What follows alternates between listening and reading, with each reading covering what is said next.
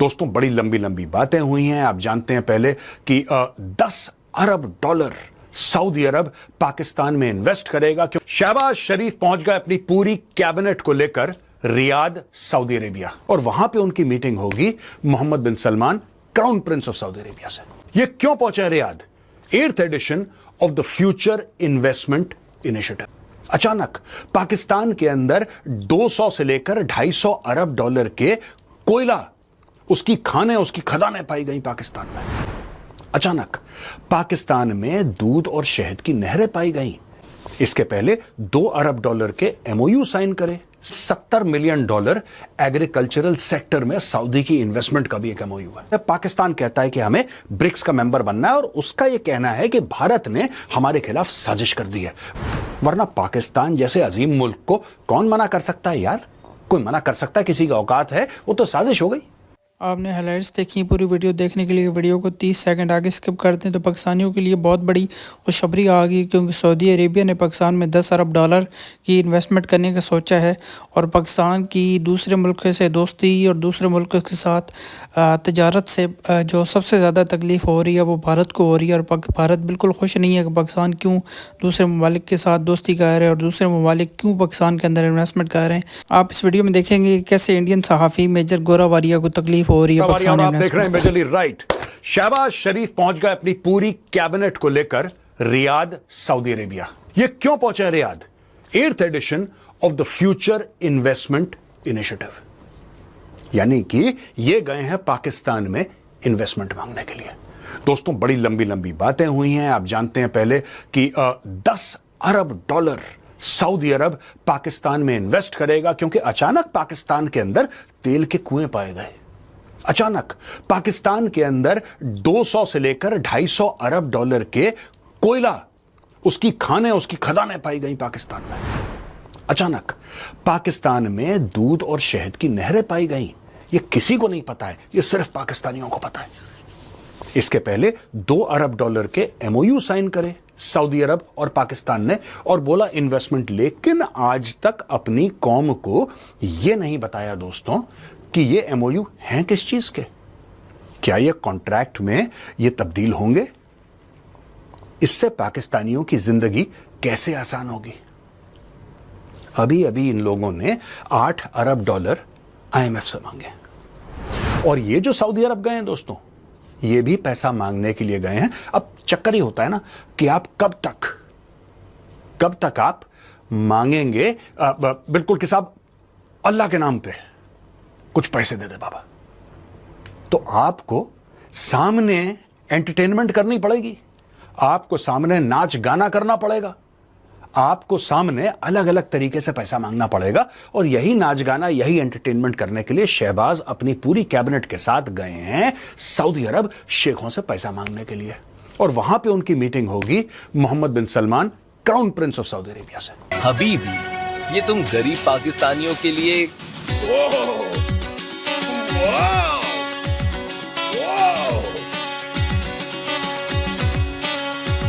ये जो पूरी इन्वेस्टमेंट है दोस्तों, इसमें 70 मिलियन डॉलर एग्रीकल्चरल सेक्टर में सऊदी की इन्वेस्टमेंट का भी एक एमओयू है। 70 मिलियन डॉलर। आज मैं आपको बता दूं ये एमओयू क्या है। ये भी साइन नहीं हुआ है, मतलब एमओयू है, अग्रीमेंट साइन नहीं हुआ है। लेकिन आज मैं आपको प्रेडिक्ट करके बता देता हूं, ये वीडियो सेव कर लेना।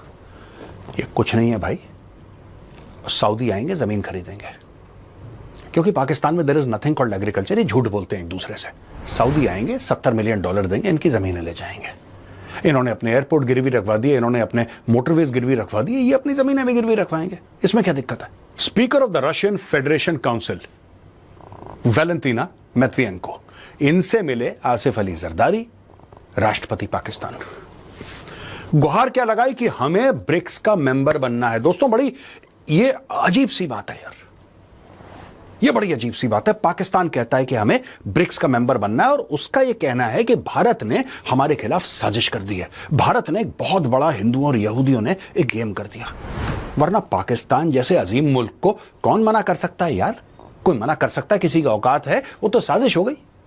साजिश के चलते पाकिस्तान रुक गया, वरना पाकिस्तान भी ब्रिक्स का मेंबर होता।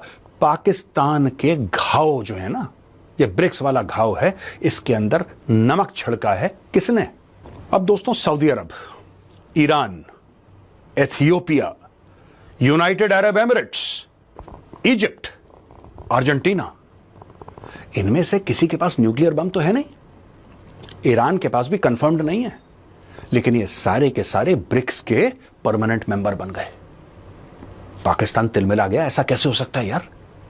ऐसा किस तरीके से हो सकता है कि पाकिस्तान जो कि उम्मा का चुम्मा है, पाकिस्तान वो मुल्क है जो कलमा पढ़ के बना है, पाकिस्तान वो मुल्क है जिसमें जज्बे वाली कौम रहती है, पाकिस्तान वो मुल्क है जिसके पास न्यूक्लियर वेपन्स है, आलम इस्लाम का किला है यार पाकिस्तान। हल्का समझते हो तुम लोग? यहां पे दो कौड़ी के अर्जेंटीना और ईरान को तुम बना रहे हो, तुम पाकिस्तान को नहीं बना रहे। ये तो साजिश है। अब ये साजिश हो गई तो पाकिस्तानी गए हैं, इनका राष्ट्रपति गया है भीख मांगने रशिया से कि यार किसी तरीके से हमें ब्रिक्स में शामिल कर लो यार। अच्छा दोस्तों, फनी बात यह है, मजाकिया बात यह है कि जो ब्रिक्स है ना, BRICS is for emerging economies.